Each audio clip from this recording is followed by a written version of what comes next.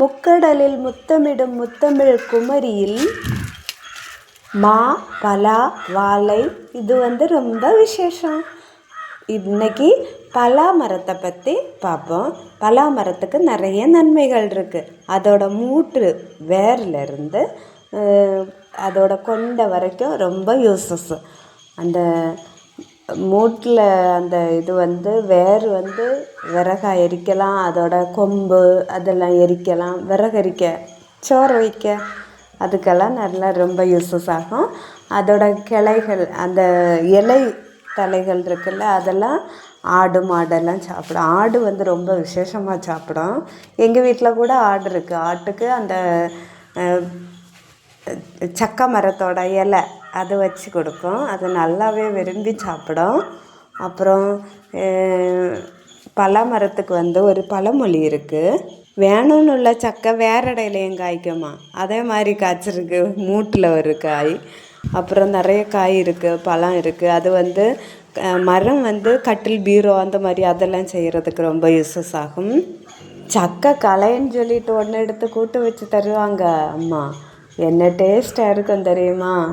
அது சக்கை களை, அந்த அரும்பெல்லாம் வெட்டி அதோட இதெல்லாம் எடுத்து நீட்டாக குட்டி குட்டியாக கட் பண்ணி ஜீரகம், வெளுத்துள்ளி, இந்த காந்தாரி மிளகு இது எல்லாம் போட்டு தேங்காயும் போட்டு நல்லா சதைச்சி அதில் போட்டு டேஸ்ட்டாக தருவாங்க. சாப்பிட நல்லா இருக்கும். பிளாக் காஃபியும் அந்த கூட்டம் வச்சு சாப்பிடுவோம், சூப்பராக இருக்கும். அப்புறமா சக்கை பச்சையை வெட்டி அதை சொலை பறித்து அவிச்சு சாப்பிடலாம். அப்புறம் அதில் சக்கை சிப்ஸ் போடலாம். அப்புறம் பழுத்தா அதோட பழம் சாப்பிடலாம். அப்புறம் அதோட அந்த சக்கைக்கு கோதல் இருக்கும்ல, பூஞ்சுன்னு சொல்லுவோம், அது அந்த சக்கை மடல் அதெல்லாம் சேர்த்து ஆட்டுக்கு மாட்டுக்கெல்லாம் நம்ம உணவாக கொடுப்போம். அப்படி அதெல்லாம் சாப்பிடும். அப்படி பலா மரத்தோட விசேஷம் அதோட மூடு வேர்லேருந்து கொண்ட வரைக்கும் ரொம்ப விசேஷமானது. ஏரியாவில் எடக்கோட்டில் காய்ச்சதுன்னு சொல்லுவாங்க. நிறைய பலாக்காய் விட்டுருக்கு பார்த்தீங்களா? பலா மரம், பலாப்பழம் இந்த இதிலேருந்து தான் கட் பண்ணி இப்படி எடுத்திருக்கேன்.